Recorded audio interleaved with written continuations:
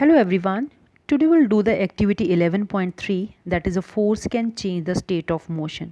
Means जब भी हम किसी चीज़ के ऊपर फोर्स लगाते हैं तो क्या करती है, it can change the state of motion. State of motion कहने से मतलब है कि अगर ये ऑब्जेक्ट रुका हुआ है तो ये ऑब्जेक्ट चल पड़ेगा. तो अगर ये ऑब्जेक्ट चल रहा है तो अगर आप इसको फोर्स लगा रहे हो तो ये ऑब्जेक्ट जो है स्टॉप हो जाएगा. No let's do the activity 11.3. Take a rubber ball and place it on a level surface such as table top और कंक्रीट फ्लोर. तो जैसे आपने यहाँ पे एक बॉल ली है, उसको आप किसी टेबल या हम कह सकते हैं कि स्मूथ सरफेस के ऊपर रखें.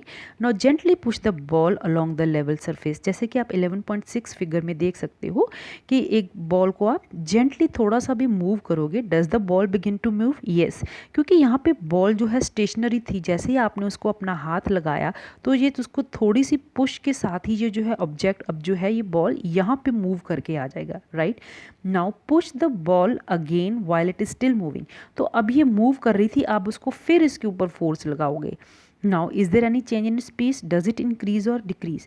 ये क्या करेगी, अब ये स्पीड और पकड़ लेगी. पहले ये स्टेशनरी था, आपने फोर्स लगाया सो इट स्टार्टेड मूविंग. अब ये मूव कर रहा था, तब उसके ऊपर आपने फिर से फोर्स लगाया. ये मूविंग ऑब्जेक्ट फिर से इस फोर्स को लेगा and now its speed will increase. यहाँ पे स्पीड इसकी 0 थी, अब इसकी स्पीड थोड़ी सी बढ़ी, लेकिन जब मूव करते करते ऑब्जेक्ट को आप और धक्का दोगे तो उसकी स्पीड और बढ़ जाएगी as compare to when it was lying stationery.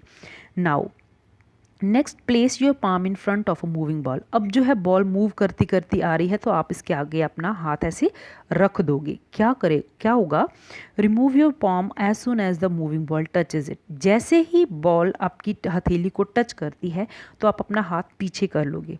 What happens to the speed of the ball now? अब क्या होगा, अब उसकी स्पीड जो है डिक्रीज हो जाएगी. डज इट इंक्रीज और डिक्रीज? अब स्पीड डिक्रीज हो जाएगी.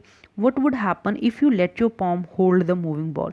तो अगर आप इस बॉल के आगे अपना हाथ रखोगे तो क्या होगा, इसकी स्पीड या तो ज़ीरो हो जाएगी या क्या हो जाएगा, इसकी डायरेक्शन जो है चेंज हो जाएगी.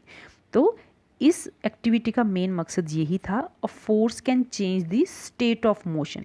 तो यहाँ पे फोर्स क्या कर रही है, स्टेट ऑफ मोशन चेंज कर रही है.